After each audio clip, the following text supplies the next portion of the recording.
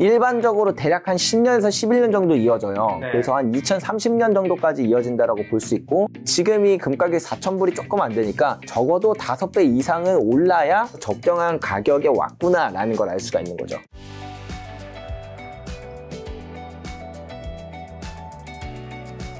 반갑습니다. 7년차 금 투자자 골드플레이션이라는 또 골드 금 관련된 책이죠. 그리고 금 거래소를 운영한다고요? 어디서 하신다고 하셨죠? 종로에서 하고 있습니다. 아, 금 거래소 한 지는 몇 년 되신 거예요? 이거는 이제 오프라인이 나온 거는 1년 됐네요, 딱. 네. 오프라인 뭐 그냥 온라인에서 뭘 했나요? 네, 온라인에서만 이제 카페에서 공동구매 형식으로 금과 은이 이렇게 좀 구매하실 수 있게 도와드리고 했었는데, 한 3년 하다가 이제 오프라인을 차리면서 스테커스라는 그런 금거래소를 창립하게 됐습니다. 투자도 책도 사업도 이제 금으로 모든 것이 가고 계셔서 금값이 올라서 그런지 몰라도 어느 때보다 얼굴이 좋아 보이십니다. 요즘 잠깐 조조이긴 하지만 굉장히 많이 올랐으니까요. 네, 맞아요. 자, 최근 금값 4,000달러 선 무너지고 뭐 국내 금값도 80만 원대로 하락하는 조정을 좀 겪었는데, 일단 지금 현재 금값 어느 정도고 하락 주된 원인은 뭐 어떻게 되죠? 최근에 이제 금 가격이 4,000불을 하향 돌파했어요. 그래서 네. 지금 한 3,900불 정도대에서 금 가격이 움직이고 있는 흐름이고, 국내 금 시세로 따지면 한 80만 원 정도까지 떨어졌었다, 이렇게 보시면 될 것 같아요. 그거보다 요즘에는 한 거의 700만 원 후반대까지도 많이 물건이 출하하니까 금 가격이 많이 떨어졌다, 이렇게 볼 수가 있을 것 같고요. 이제 아무래도 금 가격이 최근에 너무 가파르게 오르긴 했었어요. 맞아요. 무슨 코인처럼 오른 것 같아요. 네, 8월부터 막 무섭게 오르기 시작하더니 이제 3,500불 돌파하고 4,000불을 돌파하고 4,400불까지 갔다가 이렇게 좀 조정이 나오고 있는데, 제가 생각했을 땐 이렇게 가격이 좀 급격하게 변동하는 게 아무래도 금이라는 자산이 이제 상승 사이클을 제대로 탔다라는 반증이 아닐까 싶기도 합니다. 왜냐면 어떤 자산도 그렇지만 가격이 바닥에 있을 때는 변동성이 되게 작잖아요. 아무도 관심을 갖지 않으니까. 근데 관심이 이렇게 뜨거워지면 뜨거워질수록 오를 때도 더 많이 오르고 떨어질 때도 좀 더 그런 골이 깊은 현상이 나타나다 보니까 최근에 하락이 이제 많은 분들한테 좀 불안감이 작용하는 그런 요인으로 작용하는 것 같아서 그런 부분을 좀 안타깝고, 그래서 좀 더 금 투자를 왜 해야 되는지, 앞으로 금이 어떻게 갈지 이런 이야기들을 드려보고 싶더라고요. 저 일부 월가 IB는 금가 전망을 하향 조정하게 됐는데, 그럼 현재 조정을 지금 대표님은 매수 기회로 보세요, 아니면 위험 신호로 보세요? 저 같은 경우에는 매수 신호로 봐요. 그러니까 우리가 금을 떠나서 어떤 투자를 한다고 할 때 내가 투자했던 가장 근본적인 이유가 변함이 없는데, 단순한 약간 단기적인 시장 상황에 의해서 가격이 오르거나 떨어지는 건 그건 자연스러운 현상이고, 만약에 이제 본질적인 가치가 훼손되지 않았는데 가격만 떨어진다라는 건 그건 일종의 박앤셀과 가깝다, 이렇게 생각을 해볼 수가 있거든요. 자, 그러면 이 금이라는 자산이 최근에 왜 떨어졌으며, 그리고 본질적인 가치는 무엇인지, 지금 그 본질적인 가치가 훼손됐는지, 이런 이야기들을 드려보면 좋을 것 같은데, 일단 최근에 금 가격이 거의 하루 만에 5% 가까이 떨어졌어요. 이게 2013년 이후에 처음 있는 일이거든요. 네, 그 정도로 하루의 변동성이 그 정도로 크다라는 건 명확한 이유가 있지 않으면 이게 잘 이해하기가 어려운 이야기라고 볼 수가 있을 것 같아요. 그래서 이제 대표적으로 언급되는 건 그런 것들이 많은 것 같습니다. 뭐 금리 인하에 대한 기대감이 조금 위축됐다. 12월에 뭐 안 할 수 있다는 식으로 파월이 코멘트를 했죠. 네, 그리고 이번에 에이펙 정상회담 때 이제 미중 그 관세에 대해서 어느 정도 합의점이 이루어질 수 있다라는 그런 기대감. 거기다 샷다운도 이제 점점 그거에 대한 어떤 사람들의 관심도가 떨어져 가고 있고요. 이런 부분들 때문에 옛날에 분명히 이제 금 가격이 막 무섭게 오를 때는 지정학적 문제, 관세 문제, 금리 인하 이벤트까지 금 가격에는 온갖 호재들이 가득하니까 이런 급격한 상승세가 나오다가 그런 호재들이 한 커플 한 커플 벗겨지면서 좀 이렇게 가격이 크게 하락하는데 작용을 한 것 같다, 이런 이야기가 나오는 것 같아요. 근데 이제 여기서 핵심은 그거죠. 과연 이 이유가 이 하락의 주된 원인이라면 그러면 주식 가격이 올랐어야 돼요. 근데 주식 가격이 거의 그날 변동을 하지 않았습니다. 그걸 기준으로 볼 때 이런 게 금 가격에 영향을 미친 건 맞겠지만 근데 그랬다라면 주식 가격이 올라야 되는데 이게 주된 이유는 아닐 수도 있겠다라고 우리가 생각해 볼 수가 있겠죠. 그러면 왜 떨어졌는가? 사실 이유는 너무 단순합니다. 단기간에 너무 많이 올라서 그래요. 일종의 과열이었다고 볼 수가 있는데, 우리나라 이야기는 조금만 뒤에서 하도록 하고, 국제 시세를 기준으로 보더라도 금 가격이라는 게 원래 되게 안정된 가격이에요. 하루 변동폭이 2%만 되더라도 막 폭등이다 이렇게 부를 만큼 되게 변동성이 낮은 자산 중에 하나인데, 최근에 가격이 많이 오르면서 이제 대표적으로 볼 수 있는 그 보조 지표 중에 RSI라는 지표가 있죠. 네, 상대 강도 지수라는 이 지수를 통해서 보면은 금 가격이 70 이상, 그러니까 과열권에 올라가는 일이 흔치가 않아요. 근데 이게 거의 80을 돌파했다라는 것부터 금이 상당히 과열이긴 했구나라는 걸 우려해 볼 수가 있고, 그게 이제 진정되는 과정에서 조금 급격한 하락이 나타났다. 요렇게 설명하는 게 가장 중요한, 그리고 가장 정확한 해석이라고 볼 수가 있을 것 같습니다. 근데 금과 관련해서 이제 단기 고점 신호로 방금 말씀하신 RSI 70 이상을 예전에 언급하셨는데, 최근에 조정 전에 말씀하신 데 80을 넘었는데, 그럼 이게 좀 유효한 매도 신호였다고, 만약에 이제 금을 계속 장기로 적립식 매수하는 사람이 아니라면 유효한 매도 신호였던 걸까요? 일단 RSI가 단기 고점을 기가 막히게 잡기는 해요. 금이라는 자산이 변동성이 원래 좀 낮기도 하고 70 이상 그렇게 과열권에 가는 일이 잘 없다 보니까 여기만 진입하면은 기가 막히게 떨어져서 좀 고점을 잘 잡아내는 지표 중에 하나다라고 볼 수는 있는데 말 그대로 단기적인 시각에서만이거든요. 그래서 이게 우리가 금을 투자한다라고 한다면 금이 추세가 되게 긴 자산이에요. 오를 때 거의 10년 내내 오릅니다. 가장 짧게 올랐을 때가 9년, 길게 올랐을 때는 13년 정도 오르면서 또 적게 올랐을 때는 7배, 많이 올랐을 때는 26배가 상승할 만큼 길고 분명한 추세성을 가지면서 좀 폭발적으로 상승을 하는 자산입니다. 자, 그러면 지금 금을 투자한다라는 건 뭐 대충 작게 잡아도 한 5년은 앞으로 더 오른다라고 생각을 해야 되니까 5년에서 6년 정도는 더 투자할 마음으로 금을 사야 하는 게 맞는 투자 방법인데, 근데 단기 고점에 팔았다가 단기 또 저점 나오면 샀다가 이렇게 샀다 팔았다 하기에는 금이라는 자산이 썩 좋은 자산은 아니거든요. 바이 앤 홀드 전략을 가져가는 게 옳기 때문에 이렇게 좀 단기 고점 신호에서는 그냥 매도를 하기보다는 매수를 좀 보류하거나 그런 식으로 사용하는 게 맞지, 이때 매도 타이밍으로 적용하기에는 잘 맞지 않는다, 그렇게 생각을 할 수가 있을 것 같습니다. 자, 금값 떨어진 거에서 이제 금리 인하 관련된 것도 얘기해 주셨는데, 최근 미국의 금리 인하 기대감이 좀 후퇴하면서 금값이 주춤한 부분이 있는데, 미국 연준의 통화 전체 금값에 어떤 영향을 줄까? 이게 금리 인하를 하면 할수록 금값이 올라갈 확률이 높은 건가요? 근데 이게 막 이렇게 영향을 주는 건 맞아요. 왜 그런지부터 말씀을 드릴게요.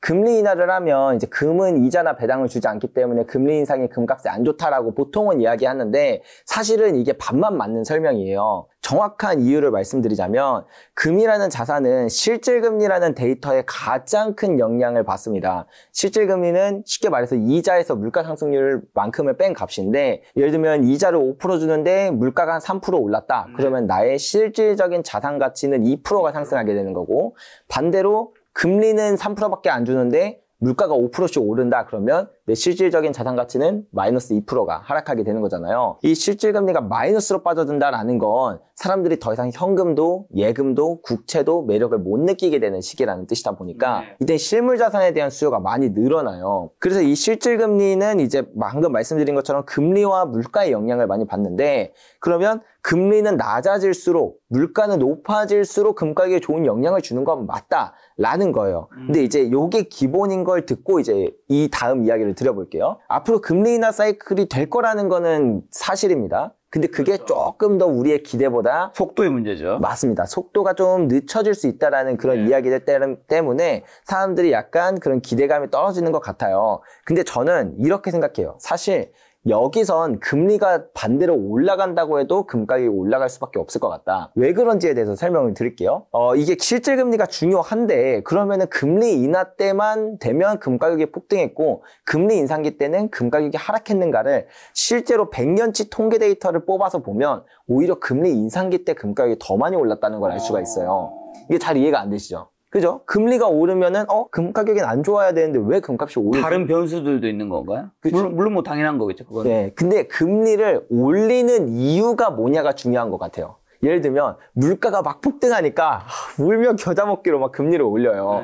그거는 시장 참여자들이 바라볼 때는 야, 얘네들이 진짜 뭐 화폐 가치가 떨어지는 게 정말 말도 안 되는 거구나라는 걸 물가로도 이미 체감하지만 이 금리가 올라가는 거로도 체감을 하기 때문에, 사실은 금리가 올랐던 1970년대라던가 이제 1940년대 이럴 때를 보면은 금리가 올라가는데도 금 가격이 따라 올라가거든요. 이제 그런 측면이라 지금을 그러면 이제 바꾸어서 생각을 해보면, 지금 금리가 왜 문제인가를 생각하려면 결국에 미국의 부채 문제를 끌고 들어가 봐야 돼요. 미국의 부채가 지금 37조 달러 정도 됩니다. 1년에 부채에 대한 이자만으로 1조 달러를 지불하고 있어요. 그러니까 우리나라 돈으로 한 1,400조 원 정도를 지불하고 있다는 거죠. 국방비보다 더 많은 양을 이자 갚는 데만 쓰고 있습니다. 그렇다 보니까 그냥 미국은 숨만 쉬어도 1년에 2조 달러치의 빚이 늘어나게 되는 현상이라는 거예요. 근데 여기서 만약에 금리 인상을 한다? 라고 한다면 사실 빚이 더 빨리 늘어난다는 거고, 금리 인상을 한다는 거의 가장 큰 기저가 좀 통화량을 억제하면서 뭔가 이 물가를 잡는다라는 게 핵심인데, 금리를 인상하면 이제는 오히려 인플레이션이 자극된다라고 볼 수가 있어요. 그래서 실제로 1930년대를 보면 그때 이제 1차 세계대전 지나고 2차 세계대전 지나면서 미국의 국가부채 비율이 120% 정도에 가까워졌어요. 그 정도로 부채 문제가 심각해지니까 이거는 금리를 인상하면 오히려 이자 부담이 더 커지니까 화폐 가치가 더 빠르게 떨어지고 인플레이션은 심화될 수밖에 없다라고 생각한 거예요. 그래서 이때 보면 1930년부터 1940년까지 거의 10몇 년 동안 제로 금리를 유지합니다. 근데 인플레이션이 처음엔 치솟는가 싶다가 나중엔 잡혀요. 결국 이 문제의 핵심은 뭐냐면 지금 문제는 금리에 있는 게 아니고 재정정책에 있다라는 거예요. 통화정책이 아니라 재정정책에 있다라는 거라서 지금 금리 문제가 중요한 게 아니라 부채 문제가 중요한 거다. 이 부채 문제가 해결되기 위해선 인플레이션이 필연적으로 발생할 수밖에 없는데 그래서 금 가격이 올라가는 거라, 물론 금리 인하가 된다라고 한다면 오히려 금 가격을 좀 단기적으로 이렇게 푸시하는 그런 영향을 주긴 할 거예요. 근데 그게 말 그대로 단기적인 이슈지 금 가격이 이렇게 상승하는 사이클은 부채 문제 때문에 생겼고, 그 부채 문제를 해결하는 과정에서 인플레이션이라는 게 필연적으로 발생하기 때문에 금의 슈퍼 사이클이 생긴 거다. 이렇게 이해하시면 될 것 같습니다. 그러면 2019년 시작된 금의 슈퍼 사이클이 몇 년도까지 이어진다고 보시는 건가요? 일반적으로 대략 한 10년에서 11년 정도 이어져요. 네. 그래서 한 2030년 정도까지 이어진다라고 볼 수 있고, 네. 그렇기 때문에 지금 이 슈퍼 사이클에 우리는 한 중반 정도를 지난 시점이다. 이렇게 이해하시면 된다고 볼 수 있습니다. 이렇게 2003년까지 이어진다고 생각하는 거는 일반적인 지금까지 과거 역사를 토대로만 나온 건가요? 아니면 뭐 이 부채와 관련해서 또 뭐 다른 것도 있는 건가요? 일단 기본적으로는 역사적 패턴이 이제 한 10년 정도 된다라는 걸 알 수가 있는데, 네. 그러면 금이 오를 때 왜 10년이 오르는가에 대한 것도 사실 분명한 이유가 있긴 있어요.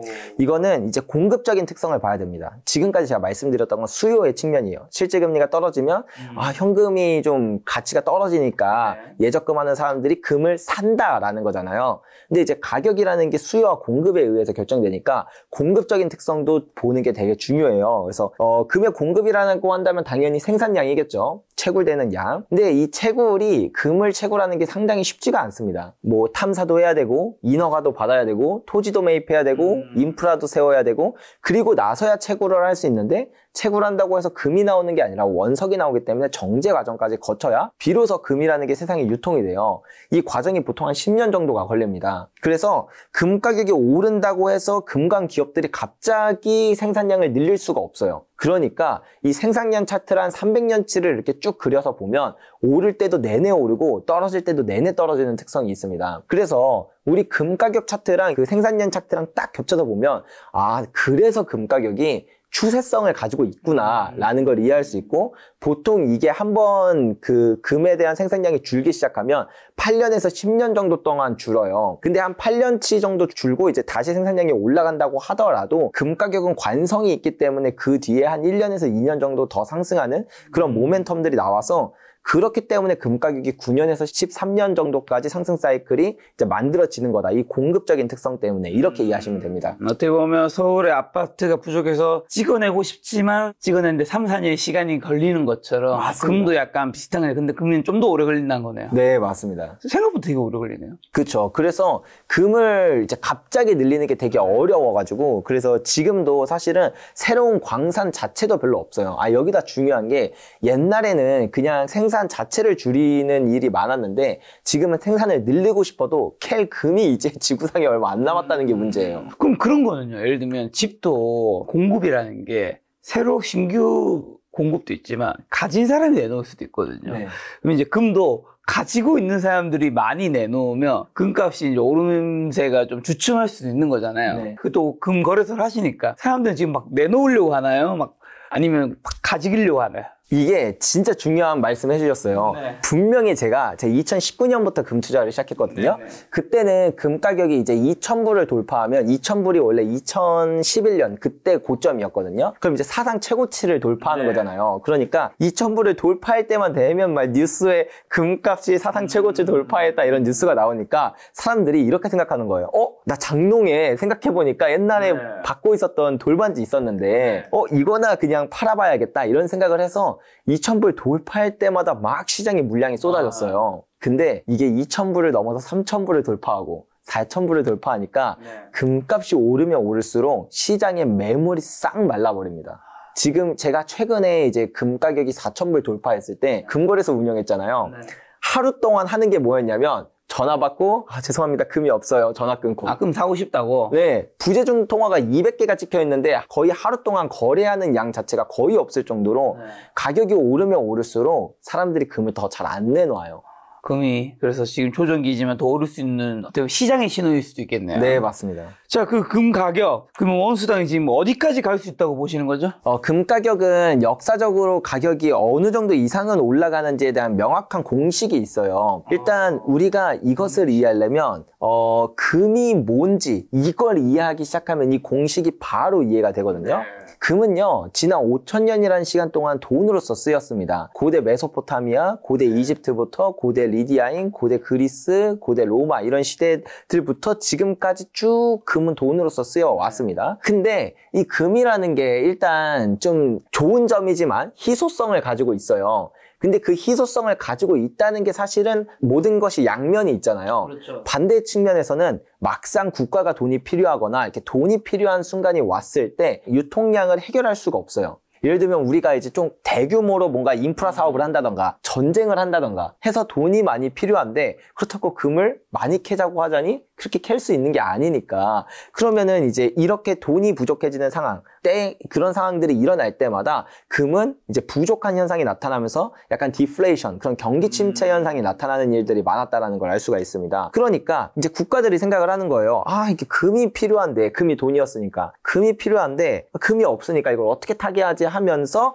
하는 행동이 둘 중에 하나예요. 첫 번째는 화폐를 약간 훼손합니다. 이렇게 살살 깎아가지고 무게를 줄이거나 혹은 여기에 구리 같은 걸 타가지고 순도를 낮춰요. 그렇게 해서 발행량을 늘립니다. 그러면 이제 뭐 예를 들면 고대 로마 시대를 말씀드리면 그땐 데나리우스라는 화폐가 있었어요. 이게 순은이 4.5g 정도 들어 있었는데 여기에 이제 10% 정도 이제 구리 같은 걸 섞는 거죠. 이런 식으로 10개의 데나리우스를 만들 수 있었던 걸 11개의 데나리우스를 만드는 거예요. 근데 이제 그때는 데나리우스가 화폐의 기준이었다 보니까 군인들한테 월급을 줄 때도 대금을 납부할 때도 몇 데나리우스를 준다 그랬지 몇 그램의 은을 준다라고 계약하질 않아요. 그러니까 이런 식으로 몰래 속이는 거죠. 함량을 줄이는 거죠. 네, 함량을 줄이는 이런 방식을 쓰거나 혹은 이제 조금 더 발전하면 나중에는 종이를 무한정 발행하기 시작합니다. 이제 금이라는 걸 이제 들고 다니기도 불편하고 하니까 이제 종이랑 교환할 수 있는 일종의 교환권 같은 거를 이제 국가에서 보증해서 발행을 했어요. 근데 이제 돈이 필요한데 갖고 있는 금은 이만큼밖에 없어도 교환권은 글씨 쓰면 만들어지는 거니까 이거를 실컷 발행해서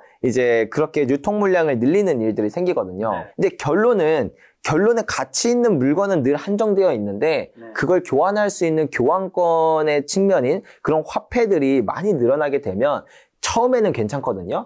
정말 심할 경우에는 막 바이마르 공화국 하이퍼 인플레이션 올 때도 그 직전에 그 하이퍼 인플레이션이 오기 직전에 무제한으로 화폐를 발행했는데도 생각보다 인플레이션이 안 일어나고 사람들이 그걸 신뢰할 때는 그 화폐를 신뢰하고 국가를 신뢰할 때는 인플레이션이 안 나와요. 근데 결국에는 신뢰가 어그러지는 상황이 발생하면 그동안 발행했던 화폐의 양과 그 국가가 보유한 금의 양이 동치가 되는 수준까지 가격이 상승한다라는 걸 알 수가 있었습니다. 지난 5,000년의 시간 동안 매번 반복돼요. 이런 국가들의 어떤 그런 흥망성쇠와 그 다음에 화폐 시스템의 이 변화가 늘 반복된다라는 걸 알 수 있다시피 결국엔 국가가 발행한 화폐의 양과 금의 양이 일치하는 수준 이상까지 금가격이 오른다라는 걸 알 수가 있는데, 근데 이제 미국도 1933년에 결국에 똑같은 문제가 발생하자 그때는 국가가 자체적으로 그냥 금가격을 재평가시켜 버렸어요. 20달러였던 금가격을 35달러로 재평가시키면서 일치시키니까 화폐가 안정화되기 시작했고, 그리고 이제 1970년에 또 똑같은 문제가 발생했거든요. 달러를 너무 많이 발행하는데 이제 신뢰가 깨지니까 사람들도 안 믿고, 이제 막 국가들은 중앙은행들이 이제 금을 본국으로 회수한다던가 달러를 금으로 바꿔가는 일들이 생겼어요. 그러니까 그때 1971년에 닉슨 대통령이 나와서 금 못 바꿔준다 라고 발언하고 그냥 금 가격을 자유시장에 맡겨버렸어요. 그랬더니 금 가격이 26배나 상승하고 나서야 이제 진정이 될 수 있었거든요. 이때도 똑같이 금 가격이 이 발행한 화폐의 양과 금의 양이 일치되는 순간까지 이제 가격이 올라요. 근데 그 다음에 가격이 이게 자유시장에 맡기면 막 오르니까 일치되는 순간부터 갑자기 버블이 끼기 시작해요. 예, 이런 식으로 하면서 이제 26배가 상승했지만 어쨌든 최소한 그 일치되는 수준까지는 올랐다라는 걸 미국의 역사만 봐도 알 수 있고, 사실 5,000년이라는 역사 동안 매번 알려줘요. 이걸 정말 셀 수도 없는 역사로 다 알려줄 수 있다시피. 그럼 지금 이번에도 똑같은 사이클인데 금 가격이 어디까지 오를까를 계산하려면 미국의 본원 통화량을 이제 미국의 금보유량으로 나눠야 돼요. 5.2조를 8,133톤으로 나누니까 1온스당 금 가격이 21,744불이 돼야 된다는 걸 알 수 있습니다. 그럼 지금이 금 가격이 4,000불이 조금 안 되니까 적어도 5배 이상은 올라야 기본적으로 적정한 가격에 왔구나라는 걸 알 수가 있는 거죠. 앞으로 5배 더요? 네, 맞습니다. 지금도 굉장히 많이 올랐는데. 그렇죠. 근데 금 가격이 아까 말씀드린 것처럼 애초에 지금까지 100년 사이클 중에 가장 적게 올랐을 때가 사실 7배 올라요. 근데 우리는 금을 안전자산이다라고만 생각하니까 오를 때 뭐 얼마나 오르겠어 라고 생각을 해서 지금 제가 말씀드린 수치가 좀 과하다라고 느껴질진 모르겠지만 인류 역사에 이 정도도 안 올랐던 금 가격의 역사는 찾아볼 수가 없어요. 방금 1970년 닉슨 쇼크 얘기해 주셨는데 그거랑 현재의 탈달 현상 비교했을 때 지금 그때와 굉장히 많이 닮았나요? 많이 닮았죠. 결국엔 1971년에도 중요한 모멘텀은 뭐였냐면 화폐 시스템이 바뀐 거였어요. 기존엔 근본위제였다가 근본위제의 화폐 시스템이 더 이상 유지되기 어렵다 보니까 미국이 불안화폐 시스템, 거기서 더 나가서 페트로달러 시스템으로 바꾸는 그 결정적인 사건이 닉슨 쇼크였거든요. 근데 그게 사건이 닉슨 쇼크였다지 닉슨 쇼크 이후에 이제 페트로달러 시스템으로 바뀌는 다양한 그 과정 가운데서 금 가격도 상승하고 화폐의 가치도 다시 재평가가 이루어졌다는 걸 알 수가 있습니다. 지금도 똑같아요. 자, 잘 생각해 보시면 지금의 불안화폐 시스템이 망가지고 있다는 걸 모두가 알고 있어요. 우리는 체감하지 못해도 각국의 중앙은행들, 화폐를 발권하는 그 중앙은행들은 2000년부터 달러를 줄이기 시작해서 전 세계의 이제 외환보유고에 차지하는 달러 비중이 70% 정도가 됐었는데 이게 지금은 50%대까지 내려왔습니다.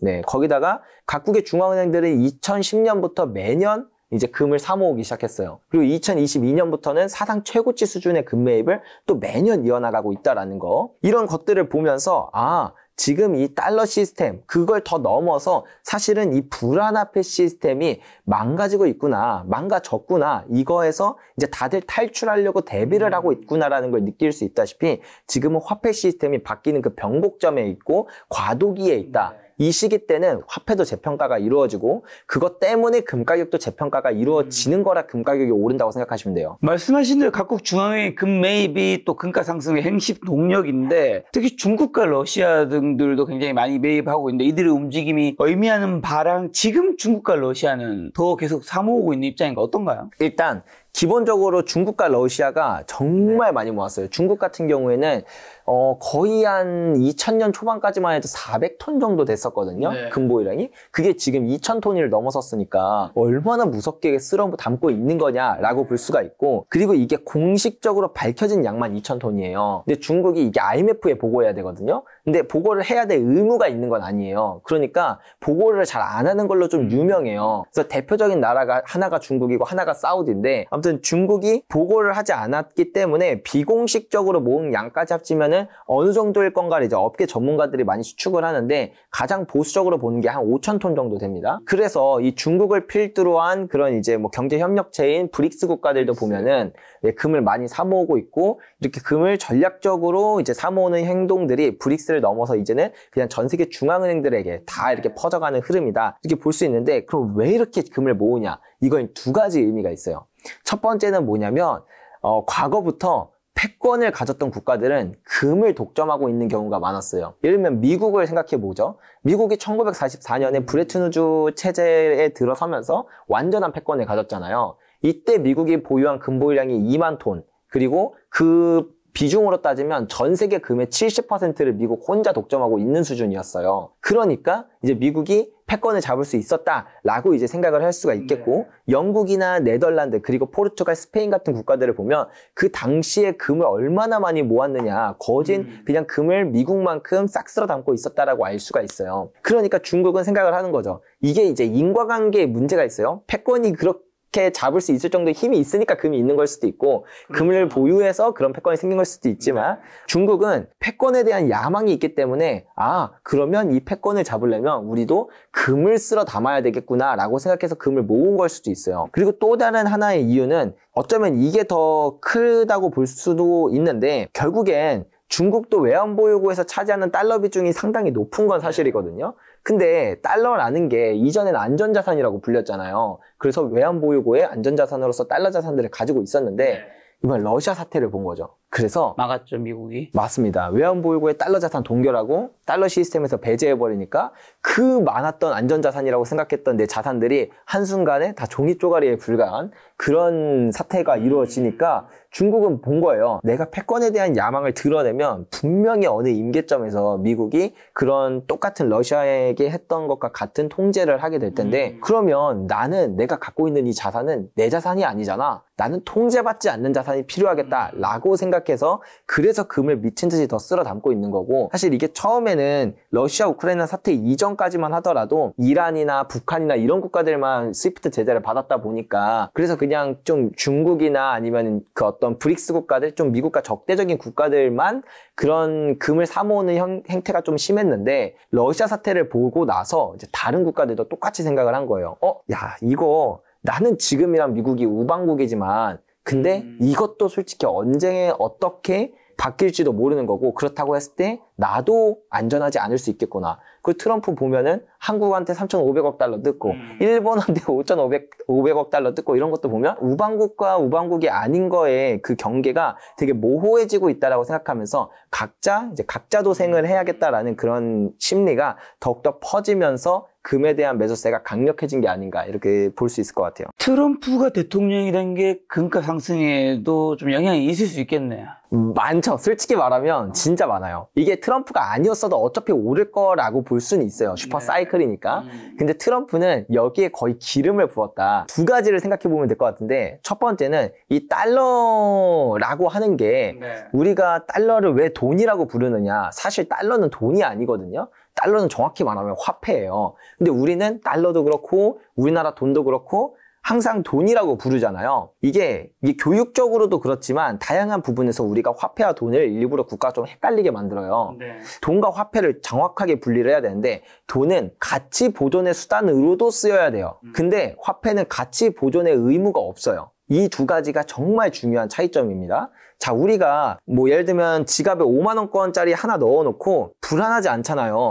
이거 내가 한 달 뒤에 쓰면은 갑자기 5만 원권이 종이 쪼가리가 돼버리지 않을까, 이런 걱정을 안 하고 살았잖아요. 그러니까 우리는 이 5만 원권의 지폐가 1년 뒤에도 뭐 5년 뒤에도 뭐 어느 정도 가치를 유지할 거라는 그 믿음이 있기 때문에 우린 얘를 돈이라고 불러왔던 거고 그렇게 믿어왔던 거예요. 화폐와 돈의 차이점은 가치 보존을 할 수 있냐 없냐인데, 돈이 되려면 그 믿음이 아주 중요합니다. 그 믿음이 아주 중요해요. 가치가 보존될 거라는 믿음이 아주 중요한데 트럼프는 두 가지로 뿌개버렸어요. 첫 번째로 연준의 독립성을 훼손하는 이런 행동입니다. 그렇기 때문에 이 화폐의 가치가 막 금리 인하도 더 심하게 하고 그다음에 통화 정책이나 재정 정책도 더욱더 파격적으로 하면서 화폐의 가치를 더 많이 떨어뜨릴 거라는 그런 어떤 행동을 많이 보이다 보니까 우리뿐만 아니라 각국의 중앙은행들은 달러 자산 보유해서 거의 10년, 20년 동안 보유하는데 야, 20년 뒤에 달러 가치가 얼마나 떨어질까 감이 안 오기 시작하는 거죠. 그런 식으로 해서 더 이상 달러를 돈으로 보기 어려워지는 그런 현상이 나타나고 있었다. 그래서 그런 부분에서 트럼프가 큰 기름을 부었다라고 볼 수가 있고요. 두 번째는 이 달러라는 게 무기화한다는 게 되게 중요한 포인트입니다. 미국은 그리고 트럼프는 그래 잘못된 행동을 할 수도 있어. 하지만 그럼에도 불구하고 연준과 달러는 독립적일 거야 라는 그 마지막 믿음이 있었거든요. 근데 이제 스위프트 제재를 두드려 맞는 걸 보면서 이제 느낀 거죠. 아, 스위프트 제재를 두드려 맞는 걸 보면서 이 달러도 결코 독립적이진 않구나. 근데 여기서 더 나아가서 그게 그래 뭐 적대국한테는 그렇게 할 수도 있다고 쳐. 근데 이게 뭔가 점점 적대국과 그다음에 우방국의 그 경계가 모호해지게 만드는 그런 트럼프의 자국 우선주의 정책이 이제 더욱더 달러에 대한 신뢰를 급격하게 무너뜨리고 이제 그 큰 금이 가게 되는 행동이다 보니까 그래서 트럼프 임기 이후에 금값이 사실 이렇게 많이 오르는 건 지금 달러 시스템의 붕괴를 훨씬 더 빠르게 가속화했기 때문이다 이렇게 볼 수 있을 것 같습니다.